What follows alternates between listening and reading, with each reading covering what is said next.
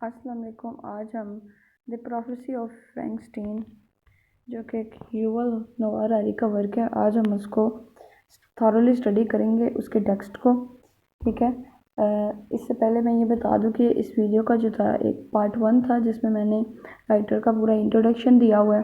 Writer कौन था, एक हिस्टोरियन था, इसने क्या क्या पढ़ा और कैसे कैसे जो थी इसने अपने बुक्स पे रिसर्च की और इंसानों पर जो थी एक मुकम्मल किताब लिखी। ठीक है। 600-700 पेजेस की वो किताब थी जो इसने लिखी। ठीक है। उसी किताब के अंदर से एक जो है टॉपिक द फ्रैंकस्टीन प्रोफेसी, हम उसको डिस्कस करेंगे जो कि इसने लिखा है। और ये जो उसने चैप्टर कह लें, इसको टॉपिक कह लें, इस चैप्टर को उसने मैरी शेले की नावल जो है फ्रैंकस्टीन नाम है उसके नावल का, वहाँ से था इसने ये स्टोरी बारो की और बताने की कोशिश ये की कि ह्यूमन बीइंग्स जो इतनी एडवांसमेंट कर रहे हैं, ये जितनी भी टेक्नोलॉजिकल और साइंटिफिक एडवांसमेंट है, इनके कितने बुरे जो है इफ़ेक्ट्स हो सकते हैं आने वाले दिनों में। यानी वो प्रिडिक्ट कर रहा है, वो हमें पेशन गोई कर रहा है कि आने वाले वक्तों में इन चीज़ों की वजह से, इतनी प्रोग्रेस की वजह से, साइंटिफिक या टेक्नोलॉजिकल प्रोग्रेस जो है वो उसकी वजह से ह्यूमन बीइंग्स के साथ जो होगा वो आगे खुद रिस्पॉन्सिबल होंगे इस चीज़ के। ठीक है। तो ये जितने भी इंटेलिजेंट माइंड है इनको जो है वो कहता है कि तुम लोगों को अपना वर्क जो है स्टॉप कर देना चाहिए, तुम्हें खुदा के बनाई हुई चीज़ों से, अशिया से खेलने की ज़रूरत नहीं है। जो काम खुदा कर सकता है वो काम कोई इंसान नहीं कर सकता। तो तुम जो क्रिएशन हो उस क्रिएटर की, तो तुम्हारा जो क्रिएटर है वो तुम्हारी ज़िम्मेदारी लेता है तुम्हारे हर काम की, लेकिन जो तुम आगे क्रिएट करोगे उसकी ज़िम्मेदारी जो है वो फिर तुम लोगे और तुम ही उसके रिस्पॉन्सिबल होगे आने वाले वक्तों में। ठीक है। तो कहने की बात यह है कि इंसान जो चीज़ बनाएगा, वो इंसान जो एक्ट करेगा वो उस चीज़ का रिस्पॉन्सिबल होगा। ठीक है। अब इसको हम पढ़ते हैं, इसके टेक्स्ट को। In 1818 Mary Shelley published Frankenstein the story of a scientist who creates an artificial being that goes out of control and wreaks havoc. Wreaks havoc का मतलब यहाँ मैंने लिखा हुआ कॉज ग्रेट डैमेज। फ्रैंकस्टीन जो कि मैरी शेले की का एक नावल है जो कि 1818 में पब्लिश उसने किया। उसमें एक स्टोरी बताई गई थी एक साइंटिस्ट की जिसने एक आर्टिफिशियल बीइंग क्रिएट किया, यानी कि एक ऐसा मॉन्स्टर क्रिएट किया। ठीक है। एक ऐसा रोबोट क्रिएट किया जो कि एंड पे आउट ऑफ कंट्रोल हो गया। उसको संभालना, उसको टीच करना, ठीक है, उसको समझाना, वो इतना इमोरल हो गया कि इसने दुनिया में जो था वो बहुत ज़्यादा डिस्ट्रक्शन फैला दी, तबाही मचा दी। इवन के उस साइंटिस्ट जिसने उसको क्रिएट किया उसकी ज़िंदगी तबाह करके रख दी। इतना डिवास्टेटिंग इफ़ेक्ट हुआ इस रोबोट को बनाने का। मैरी शेली इस नावल में बताती है सारी बातें। In the last 2 centuries the same story has been told over and over again in a countless variant. It has become a central pillar of new scientific mythology. At first sight, the Frankenstein story appears to warn us if we try to play God and engineer life, we will be punished severely. Yet the story has a deeper meaning. आप क्या कहते हैं कि जो story Frankenstein जो Mary शेले ने बयान की, इसके कई डिफरेंट हमें वेरिएंट्स मिल जाएंगे। बहुत सारे लोगों ने जो है ये प्रिडिक्शंस की, बहुत सारे लोगों ने इस स्टोरी पे लिखा। ठीक है। अपने अपने अल्फाजों में लिखा और उन्होंने साइंटिफिक ट्रेंड्स के अंदर बात की। ठीक है। और फिर बहुत सारे कहते हैं कि इस नावल को लिखने का पर्पस क्या था। फ्रैंकस्टीन की स्टोरी को बताने का पर्पज़ ये था कि इंसान को मना किया जाए कि वो गॉड के बनाए हुए रूल्स के साथ ना खेले, गॉड की दी हुई ज़िंदगी के साथ ना खेले। ठीक है। अदरवाइज़ अगर वो गॉड से प्ले करने की कोशिश करता है तो उसको पनिशमेंट मिलेगी और अपने एक्शंस का रिस्पॉन्सिबल वो खुद होगा। तो ह्यूमन बीइंग्स को वार्न करने के लिए ये फ्रैंकस्टीन की स्टोरी जो थी ये डिफरेंट वेरिएंट्स ने लोगों ने लिखी और लोगों तक पहुंचाने की कोशिश की कि वैसे काम ना करें। The Frankenstein myths confront homo sapiens. Homo sapiens का मतलब, होमो का मतलब होता है वाइज, इंटेलिजेंट, सेपियंस का मतलब ह्यूमन बींग्स। कहते हैं कि ये जो फ्रैंकस्टीन मिथ है ये चैलेंज करती है ह्यूमन बींग्स को जो बड़े वाइज हैं with the fact that last days are fast approaching. अब क्या ये चैलेंज कर रही है, ये चैलेंज कर रही है ह्यूमन बींग्स को कि वो जो है ना तुम्हारे ज़िंदगी के आखिरी दिन बड़ी तेज़ी से आ रही है, यानी कि तुम अपने आखिरी दिनों की तरफ बड़ी तेज़ी से पहुंच रहे हो। क़यामत जो है वो खुद ब खुद नहीं आएगी। इंसान जो है वो पहले ऐसी हरकतें करेगा कि क़यामत को मजबूर होना पड़ेगा और फिर क़यामत आएगी। तो कहने की बात यह है कि वो यहाँ पे वार्न कर रहा है ह्यूमन बींग्स को कि बाज आ जाओ, द लास्ट डेज, तुम्हारे जो आखिरी दिन है ना वो बड़ी तेज़ी से आ रहे हैं, तो उन दिन से खौफजदा होके, उन दिनों से खौफजदा होके पहले से ही डर जाओ, बाज आ जाओ। Unless some nuclear ecological catastrophe intervenes, so goes the story, the pace of technological development will soon lead to the replacement of human sapiens by completely different beings who possesses not only different physics but also very different cognitive emotional worlds. This is something most sapiens find extremely troubling. We like to believe that in the future people like us will travel from planet to planet in fast spaceship. अब इस पूरे में कहता है कि आने वाले वक्तों में ये टेक्नोलॉजिकल एडवांसमेंट की वजह से लोग जो हैं अपने आप से भी ज़्यादा एक सुपीरियर जनरेशन क्रिएट करने की कोशिश करेंगे, ठीक है। और वो जनरेशन्स उनके शेप से, उनकी फ़िज़िक्स से, उनकी अपैरेंस से बिल्कुल डिफरेंट होगी और वो इतने इंटेलिजेंट होंगे, ह्यूमन बींग से भी वो 4 हाथ आगे कहता आगे होंगे, इतने ज़्यादा इंटेलिजेंट होंगे जिनको ह्यूमन बींग्स खुद क्रिएट करेंगे।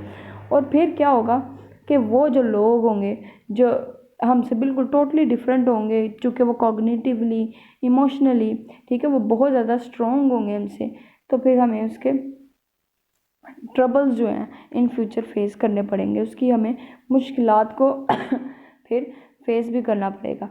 यहाँ पूरे इस पैराग्राफ में बात की है कि ह्यूमन बींग्स जो कि बड़े इंटेलिजेंट हैं वो साइंटिफिक एडवांसमेंट के थ्रू जो है ऐसे रोबोट्स बना देंगे, ऐसी मशीन्स बना देंगे जो करामत से साबित होंगी, लेकिन इन द एंड ये मशीन जो हैं उनके लिए बहुत ज़्यादा ट्रबलिंग का बाइस बन जाएंगी, उनके लिए बहुत ज़्यादा डिवास्टेटिंग का डिस्ट्रक्शन का बाइस बन जाएंगी, डैमेज कर देंगी उन्हें इमोशनली भी, कॉग्निटिवली भी, क्योंकि वो इनसे सुपीरियर होंगे। उसके बाद कहते हैं जैसे कि हम ये जानते हैं कि बहुत सारे लोगों ने प्रिडिक्शन की हैं कि हम ट्रैवल करेंगे आने वाले वक्तों में प्लैनेट टू प्लैनेट, हम स्पेस में भी मूव करेंगे आसानी से, ठीक है। We don't like to contemplate the possibility that in the future beings with emotional and identities like our will no longer exist and our place will be taken by alien life forms whose abilities dwarf our own. अब यहाँ पे वो कहते हैं ये सारी जो predictions हम जो अभी कर रहे हैं, ऐसी बहुत सी प्रिडिक्शन साइंस में हो चुकी हैं और प्रूव भी हो गई हैं कि ऐसे लोगों ने जो था पहले प्रिडिक्ट किया कि आने वाले वक्तों में ये भी होगा, तो ऐसा आज हो भी रहा है। हम उसी साइंटिफिक एडवांसमेंट की बात करें जिससे पहले बहुत सारे लोग ने प्रिडिक्शन की थी कि आने वाले वक्तों में साइंस इस हद तक आगे चली जाएगी कि वो सिर्फ जानवरों तक नहीं, इंसानों पे भी एक्सपेरिमेंट करना शुरू हो जाएगी। तो आज अगर हम देखें तो इंसानों पे भी एक्सपेरिमेंट किए जा रहे हैं, ठीक है।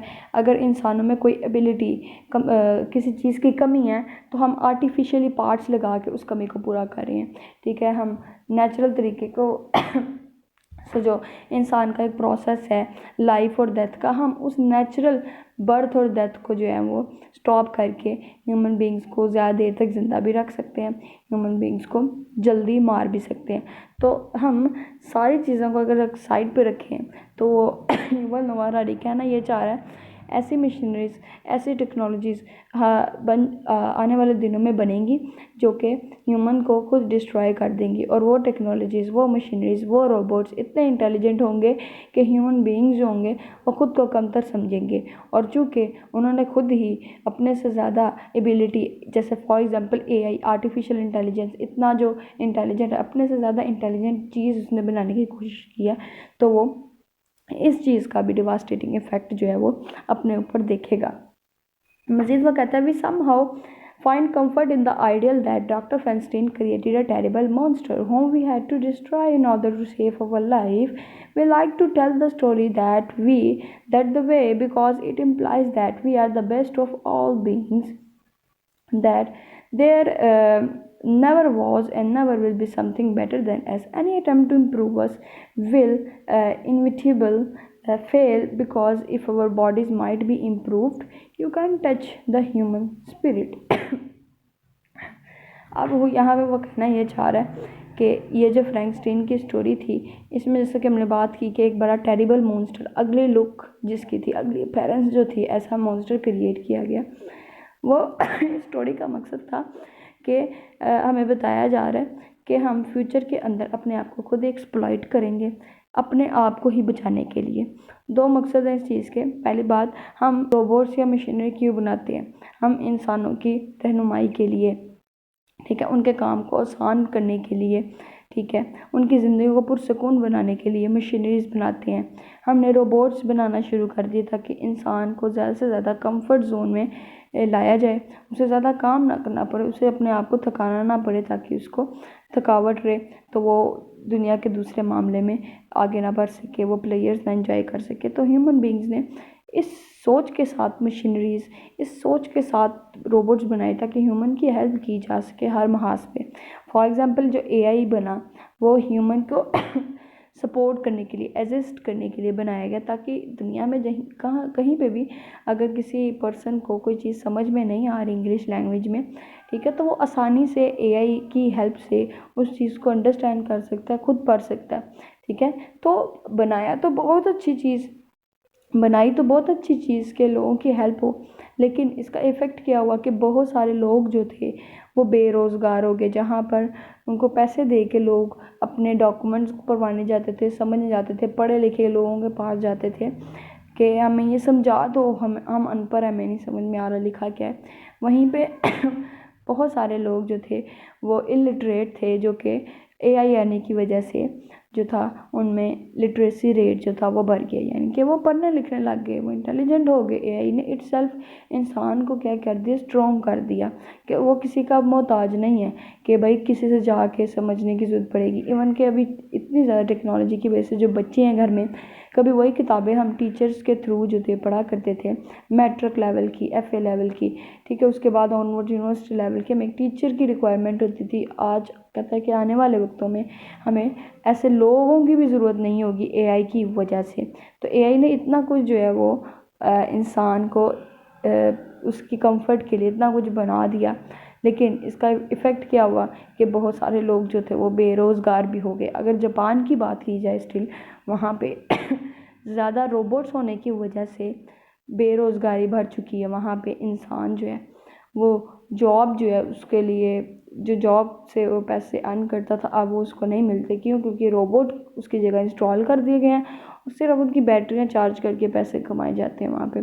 तो कितना ज़्यादा वहाँ पे बेरोज़गारी है इस चीज़ की वजह से। तो ये जहाँ फ़ायदा है टेक्नोलॉजी का, वहाँ इस एडवांसमेंट से बहुत ज़्यादा नुकसान भी है। तो वो कहता है कि जिस तरह इंसान जो है एक खुद ही अपने आप को बचाने के लिए एक ऐसी चीज़ क्रिएट कर देगा जो खुद ही उसको कत्ल कर देगी, खुद ही उसको मार देगी।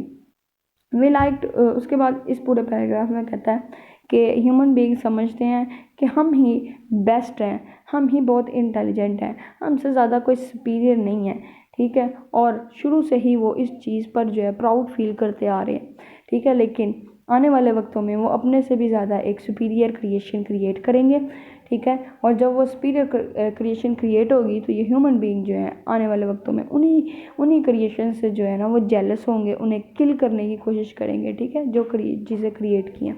तो यहाँ पे वो यही कहता है कि एनी अटेम्प्ट टू इम्प्रूव अस,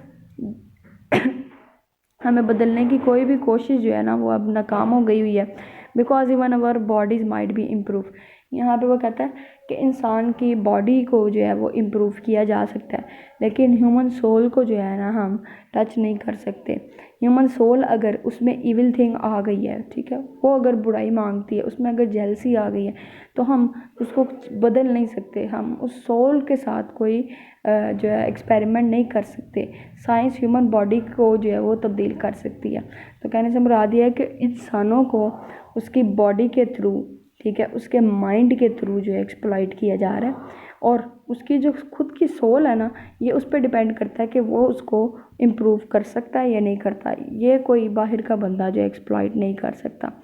तो इंसान जो बुराई करता है या अच्छाई करता है, वो उसका इम्पैक्ट उसकी सोल पर भी होता है, ठीक है। तो सोल की जिम्मेदारी हर इंसान के पास खुद है कि वो अपनी सोल को प्योरीफाई करे और ज़िंदगी के मामलों में आगे जो है अच्छाई से फ़ायदा उठाए। ये चीज़ें we would have a hard time swallowing the fact that scientists could engineer spirits as well as bodies and the future Dr. Frankenstein could therefore create something truly superior to us, something that will look at us concedingly as we look at the Neanderthals. Neanderthals वो लोग होते हैं जो uncivilised होते हैं, जो unintelligent होते हैं। ठीक है, इस पूरे पैराग्राफ में वो कहना ये चाह रहा है कि पहले तो हमें कहा ये गया कि जो साइंस है ना, वो ह्यूमन बॉडीज़ पे जो है वो रिसर्च करती है, उसको एक्सप्लॉइट करती है, उसके अंदर छेड़छाड़ी करती है। ठीक है, और फिर इंसान के जो लाइफ साइकिल है उसे भी इंक्रीज़ करती है। कहता है आजकल के साइंटिस्ट जो हैं वो ह्यूमन स्पिरिट्स के साथ भी खेल रहे हैं। किस तरह उनकी स्पिरिट्स के साथ खेलना है? जितनी भी इजादात आ गई हैं उन्होंने इतना लोगों को कंफर्ट दिया है। जैसे फॉर एग्जांपल मोबाइल फ़ोन, जहाँ मोबाइल फ़ोन इंसान को इतना कंफर्ट दे रहा है, वहाँ पर दूसरी तरह उनकी स्पिरिट जो है उसको इविल की तरफ भी लेके जा रहा है। इंसान की सोल जो है उसको नेगेटिव बनाया जा रहा है, उसे कंट्रोल किया जा रहा है। ह्यूमन बीइंग्स वैसे तो बहुत इंटेलिजेंट है और दावा करता है कि जो मैं चीज़ मानता हूँ बस वही जो है बाकी सब उसको माने। ठीक है, तो कहता है कि साइंटिस्ट जो हैं वो भी ऐसे ही कर रहे हैं। अपनी इजादात से उन्होंने लोगों को हकीकत से ब्लाइंड कर दिया है।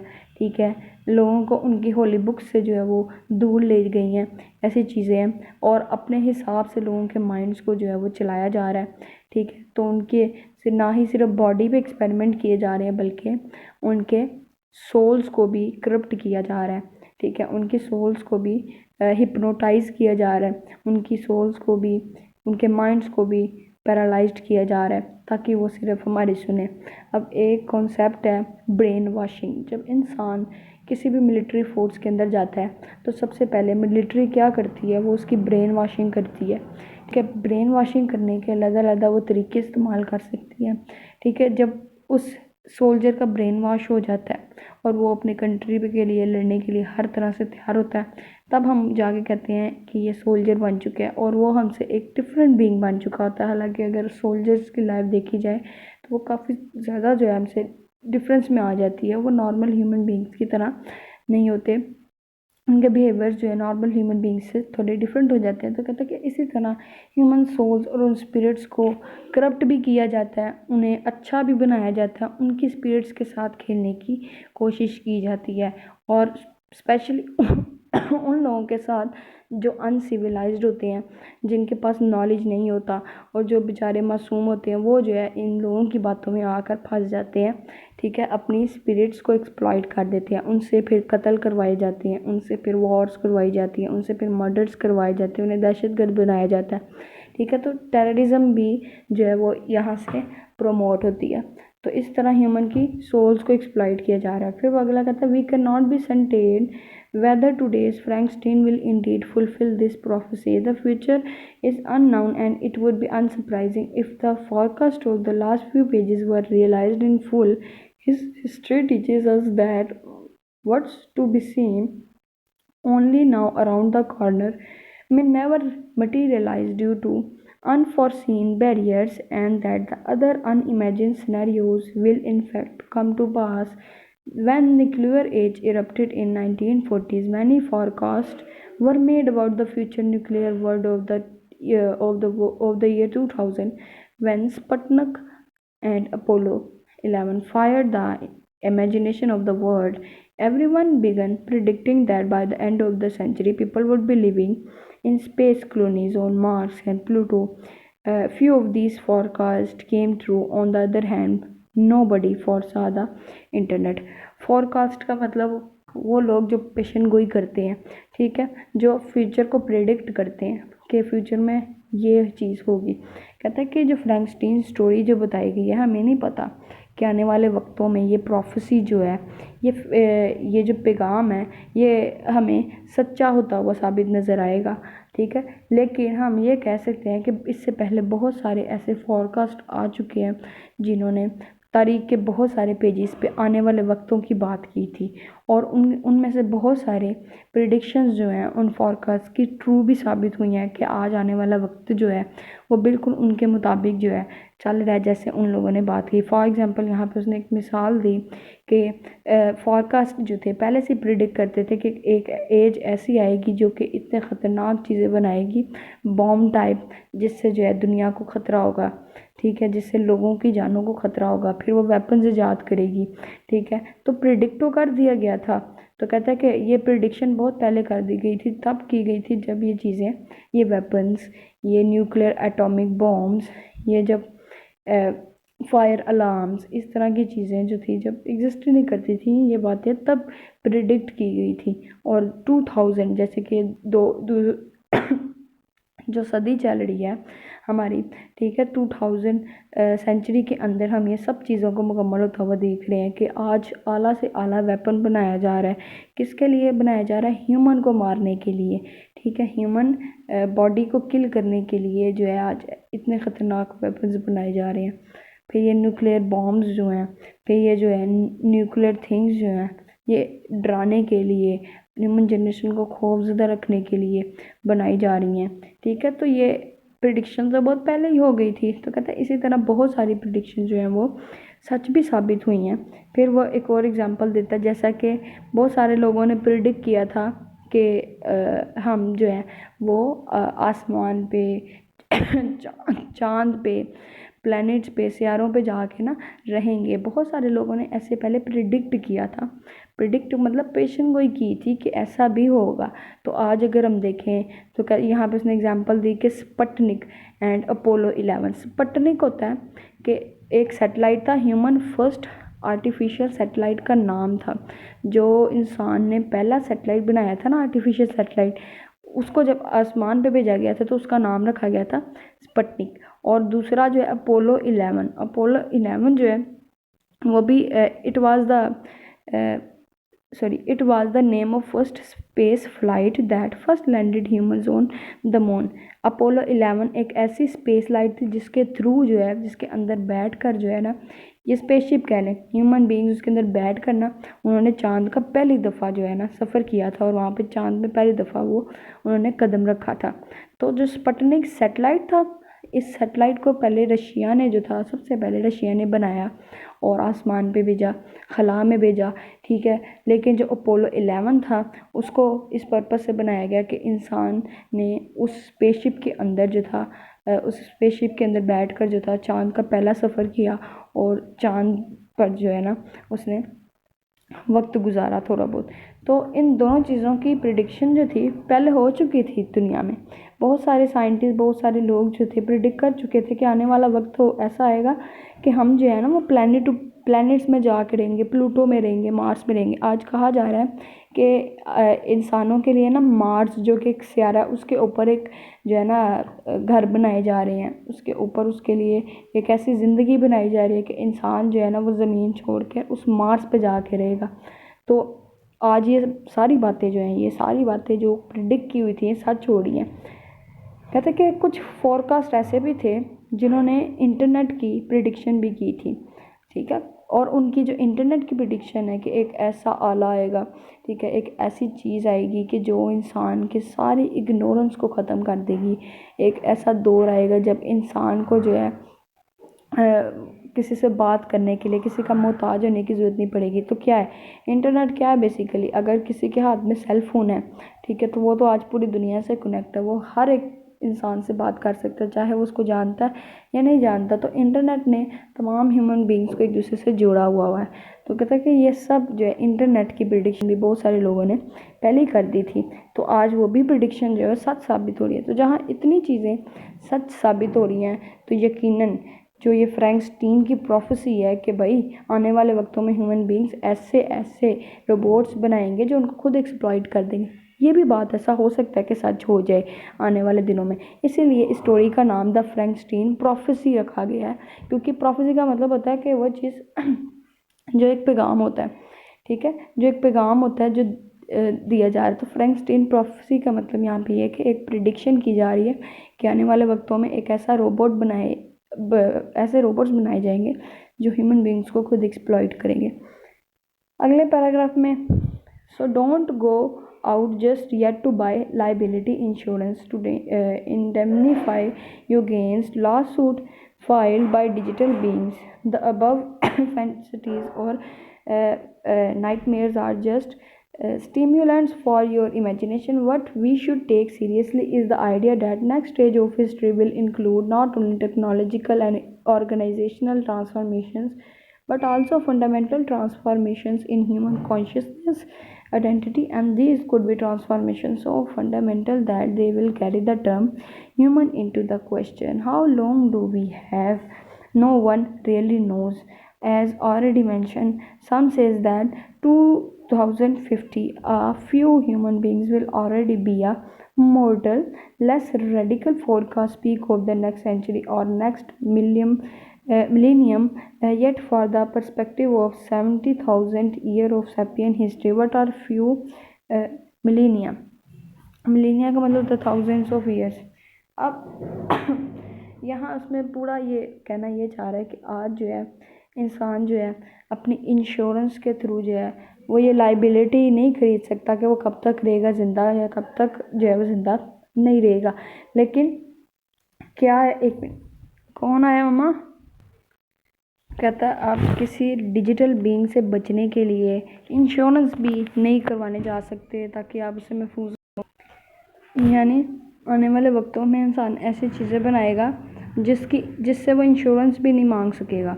ऐसी डिजिटल बीइंग्स बनेंगी कि इंसान अपने आप को बचाने के लिए कोई जो है सोर्स ढूंढ ही नहीं पाएगा कि वो इस तरीके से बच सके।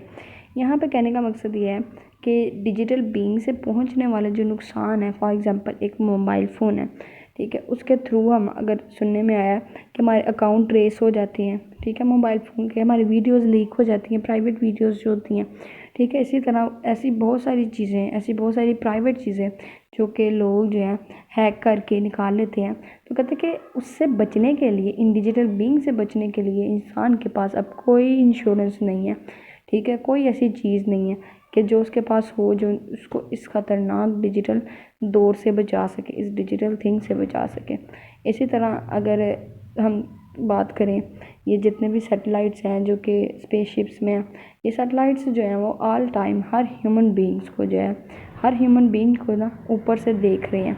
तो चाहे ह्यूमन बीइंग के ऊपर कपड़े हैं या नहीं हैं, वो दोनों हालतें हर जो इसके पीछे इस सैटेलाइट को चलाने वाले हैं उनको तो नज़र आ ही रहा है, ठीक है। इसीलिए कहा जाता है कि जितनी भी वेपनरी थिंग्स होती हैं, किसी भी मुल्क की जो पावरफुल चीज़ें होती हैं, अशिया होती हैं, ठीक है, सरमायाकारी की, चाहे वो एटम में हो, न्यूक्लियर बम हो, उसको पानी के नीचे रखा जा रहा है क्योंकि पानी के नीचे जो है वो रेज़ क्रॉस नहीं होती, ठीक है। तो इस तरह नज़र नहीं आता पानी के नीचे जो दुनियाबाद है वो आपको सेटेलाइट में ना नहीं दिखाई जाती। सेटेलाइट के अंदर इतनी एबिलिटी नहीं ना है, लेकिन आने वाले वक्तों में इतनी भी होगी कि वो पानी के नीचे भी दिखाएगा। कहने का मकसद ये है कि इंसान जो है ना वो अपने आप को आने वाले वक्तों में महफूज नहीं कर सकता इस डिजिटल बीइंग से। और इन अनदर वर्ड कि अगर इंसान को ये डिजिटल बीइंग्स का नॉलेज नहीं है, नो हाउ नहीं है, अगर वो इससे इग्नोरेंट है तो वो ज़्यादा फंस जाएगा, उसके मामले ज़्यादा ख़राब हो जाएंगे। तो दो चीज़ें साथ साथ हमें रखनी है कि आने वाली जनरेशन्स को डिजिटल बीइंग्स को ना कि सिर्फ इस्तेमाल करना सिखाना है बल्कि उन्हें वार्म भी करना है कि तुम्हें एक्सप्लॉइट भी करेंगी। तो हर चीज़ जो है इस पर मौजूद है। हाँ, आपको आने वाले वक्त में जो है ना, कहता है जनरेशन जो है ना उसको हमें सिखानी ही पड़ेंगी डिजिटल बीइंग्स भी। उसके बाद वो कहते हैं जिस तरह बहुत सारे ये फॉरकास्ट ने पेशन गोइयाँ की थी कि आने वाले वक्तों में जनरेशन्स ऐसी प्रोड्यूस होंगी जिनकी ह्यूमन कॉन्शियसनेस और आइडेंटिटी पिछले ह्यूमन बीइंग से बिल्कुल डिफरेंट होंगे। कहने से मुराद ये है पहले ह्यूमंस क्या थे और उनका जो कॉग्निटिव लेवल था थिंक करने का चीज़ों को, उनका क्या थिंकिंग लेवल था। पुराने लोग जो थे वो आज के दौर के साथ अगर कंपेयर किए जाएँ तो काफ़ी ज़्यादा डिफरेंस आ गया उनकी ड्रेसिंग में, उनके कल्चर में, उनके थॉट्स में, ठीक है। क्यों? उनके थॉट्स ज़्यादा जो है, उनके पास जो है 100 साल का एक्सपीरियंस है रादर दैन जो पिछली जनरेशन है उससे ज़्यादा। पिछली जनरेशन जिसको मोबाइल फ़ोन्स नहीं चलाने आते थे, ना आता था ना पता था, उनके पास उनकी ज़िंदगी से मिला हुआ कुछ नॉलेज होगा जो कि वो अपनी जनरेशन्स को दे रहे होंगे।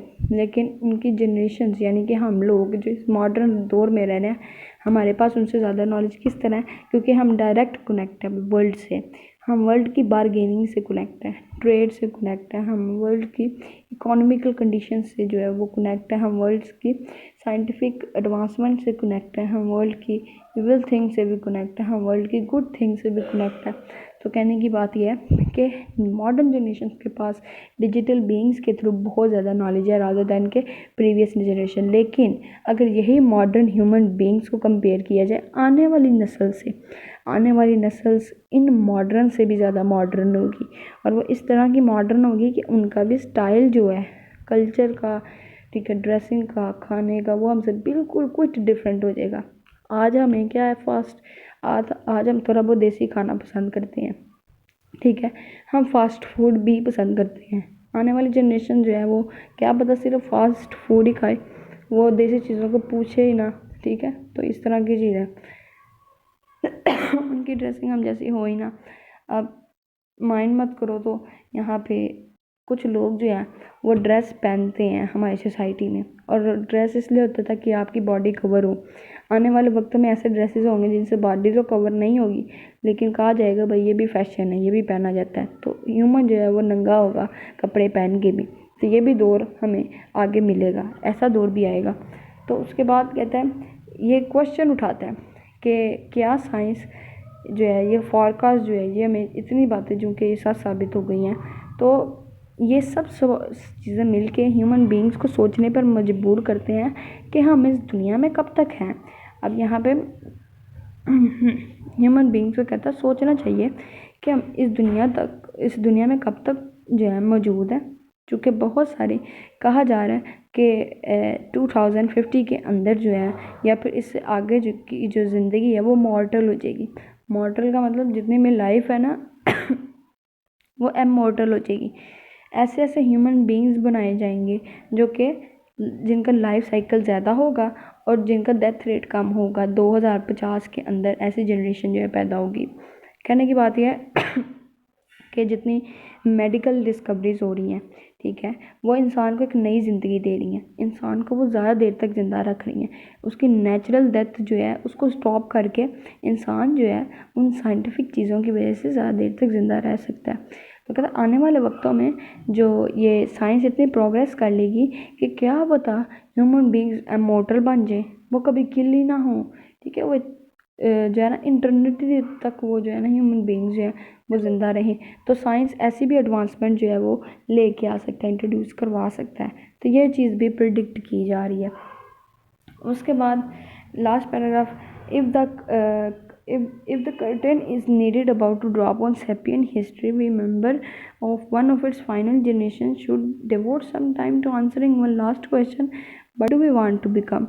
This question, sometimes known as the human enhancement question, diverges the debate that currently preoccupy politicians, philosophers, scholars, ordinary people. After all, today's debate between today's religion, ideologies, ठीक है, nations and classes will be all likelihoods disappeared along with Homo sapiens. यहाँ पे वो ये कहना चाह रहे हैं कि हमारी जो फाइनल जनरेशन होगी, ठीक है, हमारा उससे एक सवाल है। ये सवाल जो वो अक्सर एक दूसरे से भी पूछा करेंगे कि हम क्या बनना चाह रहे हैं। आज के दौर में ये सवाल इतना इम्पोर्टेंट है कि हर फिलासफर, हर साइंटिस्ट, हर पॉलिटिशियंस का फोकस जो है वो इस सवाल पे है कि ह्यूमन बीइंग्स को क्या करना चाहिए, क्या बनना चाहिए। इन अदर वर्ड्स ये क्वेश्चन जो है वो सेट्रिकल क्वेश्चन है, तंज कर रहा है कि भाई तुम इंसान हो, इंसान के बच्चे बन के रहो ना, तुम क्यों इतनी एडवांसमेंट करके अपने आप को कुछ नया बनाना चाहते हो। तो ये जो सोच है ना, I want to do something new, कि जो कभी किसी ने ना किया हो मैं वो करना चाहता हूँ। आज ये सवाल, ये बात हर एक साइंटिस्ट, हर एक आम इंसान के मुंह पे होगी, ठीक है। वो यही एक दूसरे को कह रहा होगा कि मैंने तो भाई बस कुछ ऐसा बन जाना है कि दुनिया वाह वाह करे। तो इस वाह वाह के चक्कर में इंसान जो है वो फंस जाएगा आने वाले वक्त में। और कहते हैं कि पहले जो डिबेट्स थी ना, आज तो ये डिबेट्स हो रही हैं, मजहबी डिबेट्स हो रही हैं, कंट्रोवर्शियल थिंग्स जो है वो उस पर बात हो रही है, ठीक है। आज जंगों पे बात हो रही है, वॉर्स नहीं होनी चाहिए, होनी चाहिए। नेशंस को किस तरह सुधारा जाए, किस तरह लेबलिंग की तरफ लाया जाए, ठीक है। क्लासेस की बात जो है आजकल हो रही है, जैसे कि अमीर लोग कौन है, गरीब लोग कौन है, मिडिल क्लास कौन है। कहता है आने वाले वक्तों में ना, अभी तो ये डिबेट्स हैं साइंटिस्ट के दरमियान, पॉलिटिशियंस के दरमियान, अभी वो ये बातें भी कर रहे हैं, लेकिन आने वाले वक्तों में ये बातें सारी डिसअपीयर हो जाएंगी। सिर्फ रह जाएगा तो एक सवाल, वो सवाल क्या, कि ह्यूमन बीइंग्स क्या बनने की कोशिश कर रहा है। यहाँ पे कहता है if our successor indeed function on a different level of consciousness or perhaps possesses something beyond consciousness that we cannot take even conceive, it seems doubtful that Christianity or Islam will be of interest to them. Their social organization could be communist or capitalistic, or their genders could be male or female.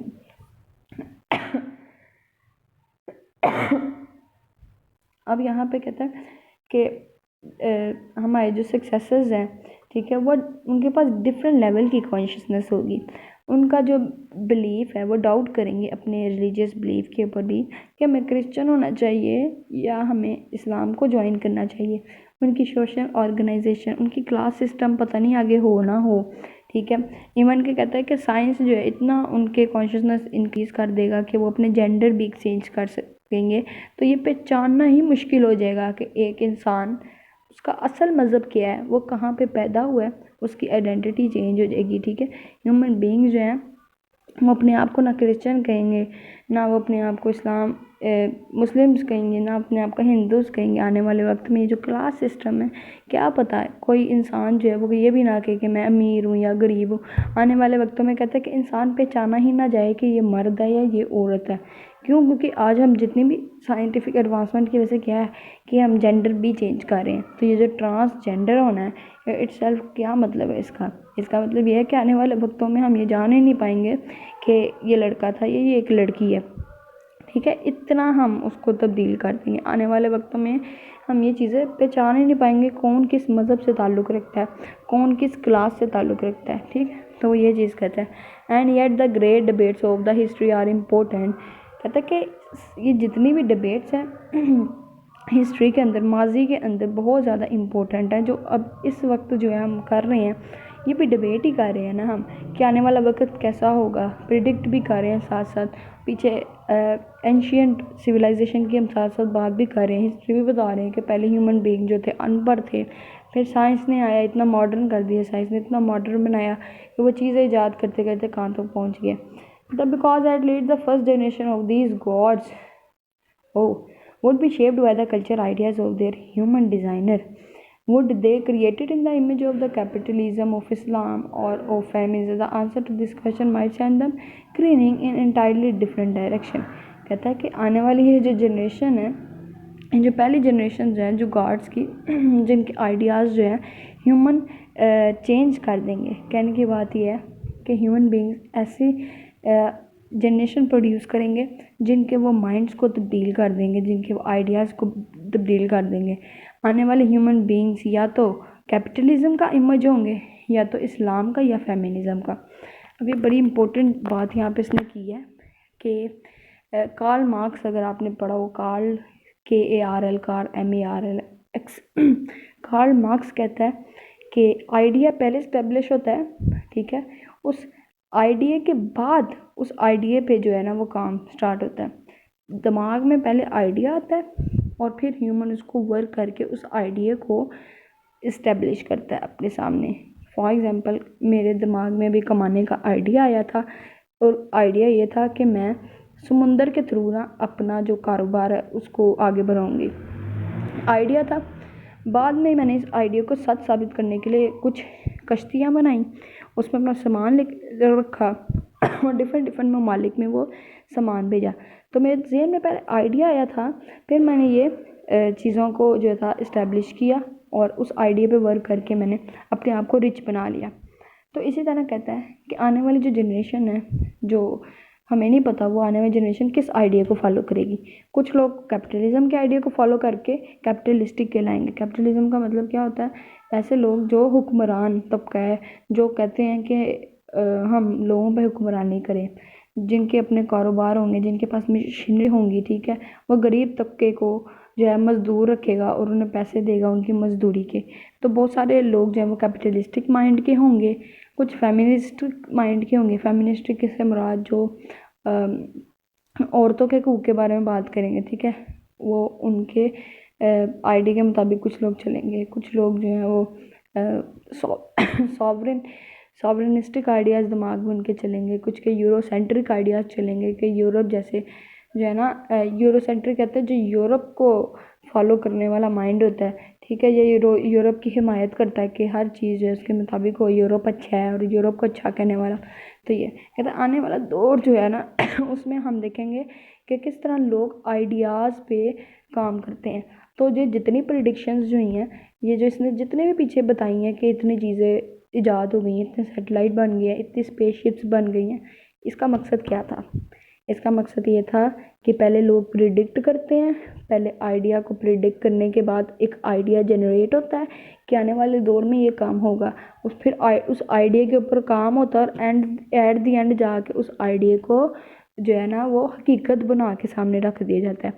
For example, पहले Sputnik और Apollo सिर्फ और सिर्फ एक idea थे, पहले predictions थी ऐसा होगा, लेकिन उस आइडिया पे काम हुआ और काम होते होते एक दिन जो था स्पुतनिक और अपोलो तैयार हो गया, वो हकीकत बन गया और वो इंसान को हकीकत में चाँद तक लेके जाने लगा। इंसान को हकीकत में वो हद से ज़्यादा इंफॉर्मेशन देने लगा।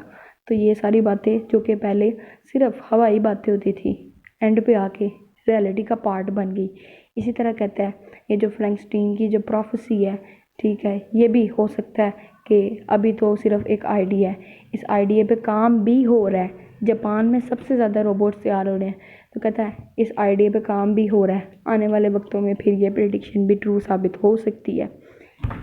Most people prefer not to think about it. Even the field of bioethics prefer to address another question: what is forbidden to do? Is it acceptable to carry out genetic experiment on human beings, on aborted fetuses, on stem cell? Is it ethical to clone sheep and Japanese? And what about humans? All these are important questions, but it's naive to imagine that we might simply hit the brakes and stop the scientific projects that are upgrading Homo sapiens into different level of beings.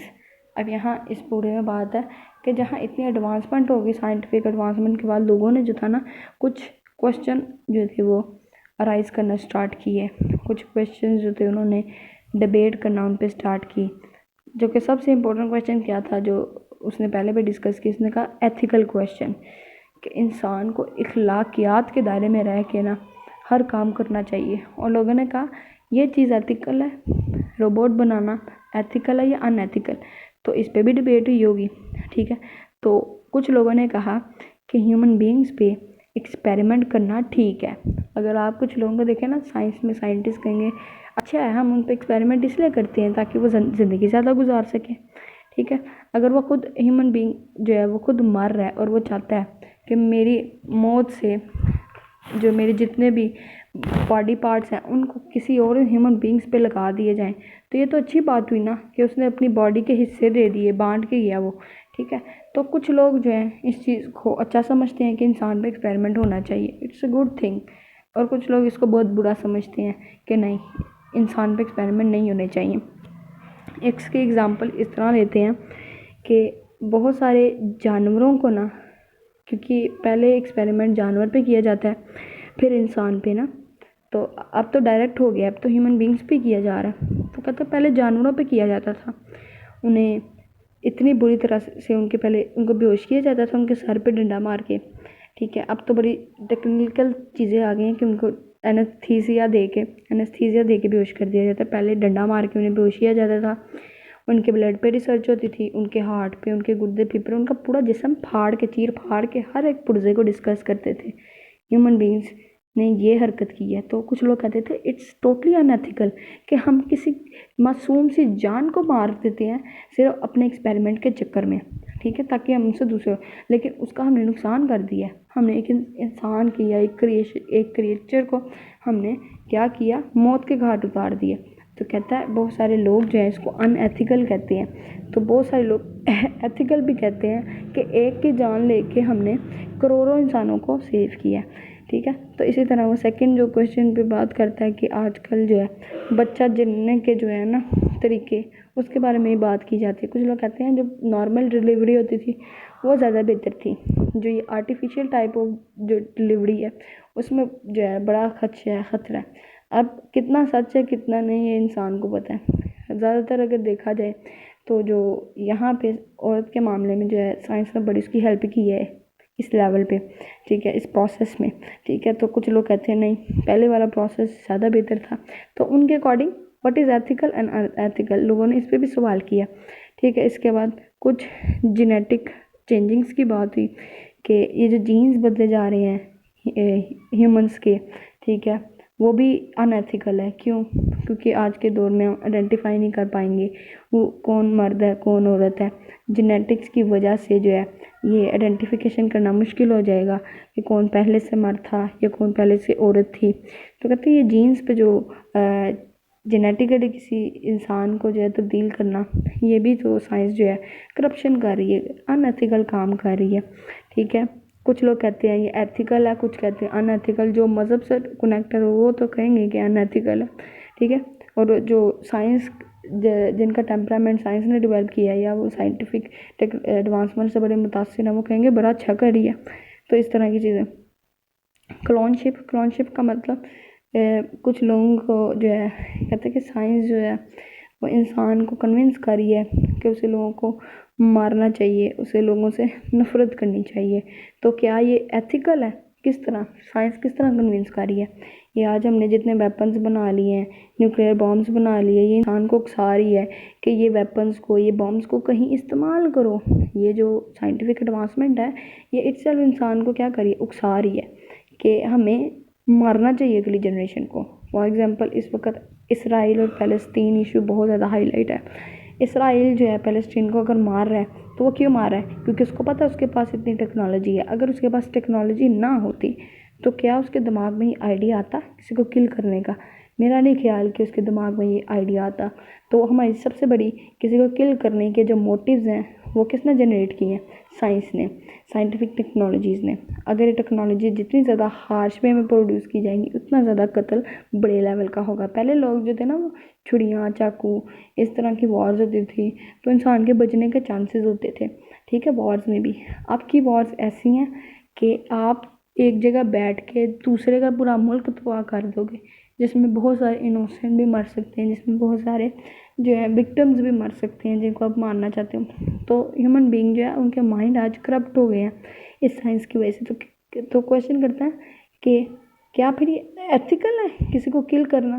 ठीक है, ये तो unethical है। जानवरों को मार के जो है आप ह्यूमन बीइंग्स के लिए मेडिसिन बना रहे हैं अच्छी अच्छी, जो उनको ज़्यादातर अच्छी ज़िंदगी दे सके, ज़िंदा रख सकें, ठीक है। तो ह्यूमन्स, तो ये एथिकल क्वेश्चन है, वो ये क्वेश्चन एंड पे पूछ रहा है कि दुनिया जो है ना आज ये क्वेश्चन एड्रेस कर रही है।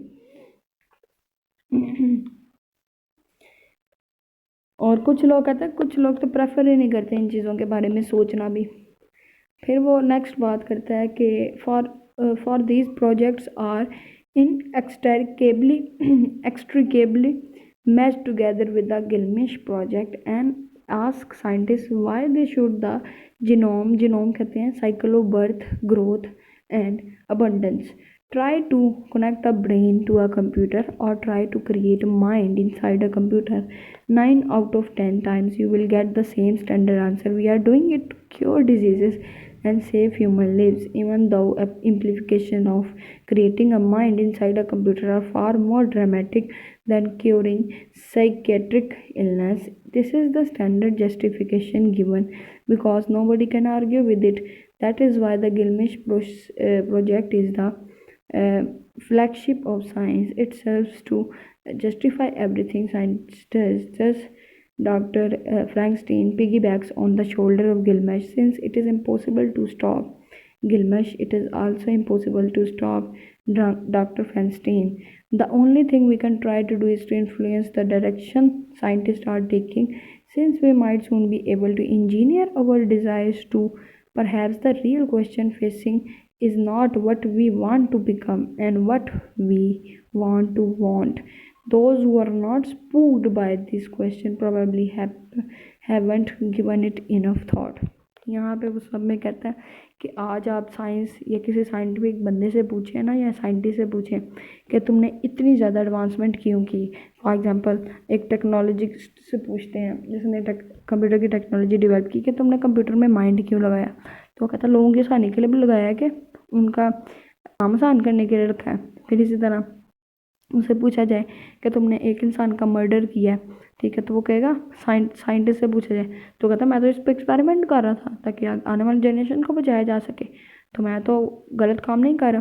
तो इस तरह से वो जस्टिफिकेशन दे दे कि साइंस जो है वो अगले बंदों को कायल करती है, ठीक है, कि मैं तो कुछ गलत कर ही नहीं रहा भाई, जो गलत कर रहे हैं उन्हें जाके देखो ना, जो क्रिमिनल्स हैं उनको पकड़ो। साइंटिस्ट बेशक एक बंदा ही क्यों ना मार दे सामने रख के डेड बॉडी, मारना तो गलत है, वो उसकी सज़ा है, लेकिन फिर भी वो जिस तरह पुर्जा इरादा करके, ठीक है, कोई इंसान को बचा भी ना पाए, ठीक है, उस पर एक्सपेरिमेंट करके, तो उसने तो एक तरह से किल किया है, उसने तो एक इंसान को मार दिया, ज़ाया कर दिया। तो वो उसके बाद जस्टिफिकेशन क्या है, मैं साइंस हूँ, मुझे अलाउ है ये सब करना।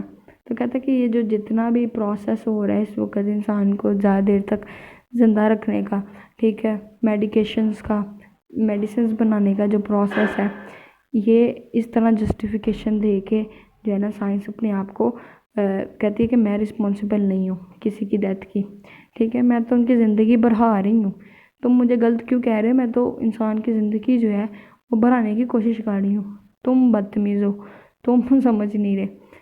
तो ये चीज़ है। तो कहता है कि असल क्वेश्चन ये है कि हम इनको स्टॉप नहीं कर सकते, और अगर हम इनसे आर्ग्यू, बहुत सारे लोग जो है कहते हैं कि इस पर आर्ग्यू ही नहीं करना चाहते हम लोग साइंस पे, क्योंकि हम कहते हैं साइंस अच्छा कर रही है। तो जब हम उनसे कह रहे हैं कि अच्छा कर रही है, वो लोगों की डिज़ायर्स के साथ खेल रही है, वो उनको किल कर रही है, ठीक है, वो उनकी परसेप्शंस को जो है माइल कर रही है अपनी तरफ, तो कहते हैं कि कौन इंसान जो है वो ये क्वेश्चन उठाएगा, ठीक है, उनके सामने कि हम इन एक्चुअल जानवरों को किल कर रहे हैं, बल्कि हम उसको पागल ही समझेंगे इस वक्त, क्योंकि वो तो इंसानों को इन अदरवाइज बचा रहे हैं। तो ये चीज़ फिर वो लास्ट पे अगेन कहता है कि since we might soon be able to engine, तो फिर ऐसा होना चाहिए कि चूँकि तो हम साइंटिस्ट की सारी बातें मान रहे हैं, उनके हर तरह से मुतासिर हो रहे हैं उनकी बातों से, तो रियल क्वेश्चन जो मैं पूछना चाहता हूँ वो ये है, फिर भी उन साइंटिस्ट से या वो लोग जो साइंटिफिक एडवांसमेंट से बड़े मुतासिर हैं, मैं उनसे एक सवाल करना चाहता हूँ। वो सवाल क्या है, what do we want to become, हम क्या बनना चाह रहे हैं, हम क्या करना चाह रहे हैं, हमें क्या नया ऐसा बनाना है, ठीक है, हम क्या चाहते हैं असल में।